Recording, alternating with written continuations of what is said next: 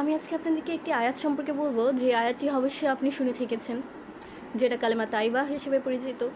যে আয়াত ছাড়া আপনি একজন মুসলিম হতে পারবেন না। আয়াতটি হচ্ছে লা ইলাহা ইল্লাল্লাহ। এটার অর্থটা কি? লা ইলাহা, that means there is no god.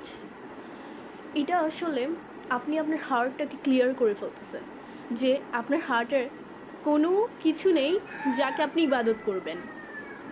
ওকে, আপনি কোনো গড বিলিভ করেন না, আপনি একদম ক্লিয়ার করে ফেলছেন যে আপনার হার্টে আপনি মানি, স্টেটাস, যেগুলোকে বলা হয়েছে সোসাইটি আপনাকে বোমেটস করছিল, আপনি এগুলোকে মন থেকে বিলিভ করেন না, এগুলোকে আপনি বিলিভই করেন না টোটালি।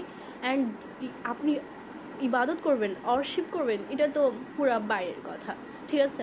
অ্যাট ফার্স্ট আপনি দুইটা ওয়ার্ডের মাধ্যমে আপনি আগে নিজের হার্টটা ক্লিয়ার করে নিলেন। দেন হোয়াট? লা ইলাহা ইল্লা.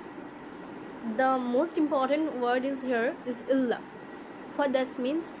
Illah হচ্ছে ছাড়া, মানে একটা exception, exclusivity, exception of exclusivity বলা যায় যাকে, যে আপনি মেনে নিলেন যে there is no god, but there have a exception.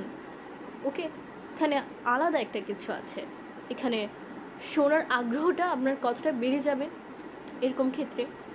তারপর বলা হচ্ছে আল্লাহ, লা ইলাহা ইল্লা আল্লাহ। তাহলে এই যে আল্লাহ, তার মানে there is no god but আল্লাহ। তাহলে সব জিনিস ভুলে, সব জিনিস আপনার দুনিয়া রিলেটেড, ম্যাটেরিয়ালিস্টিক ওয়ার্ল্ড রিলেটেড জিনিসগুলো আপনি ওয়ান সাইড রেখে আপনি আল্লাহকে সেন্টারে পুট করতেছেন। This is what you have to do.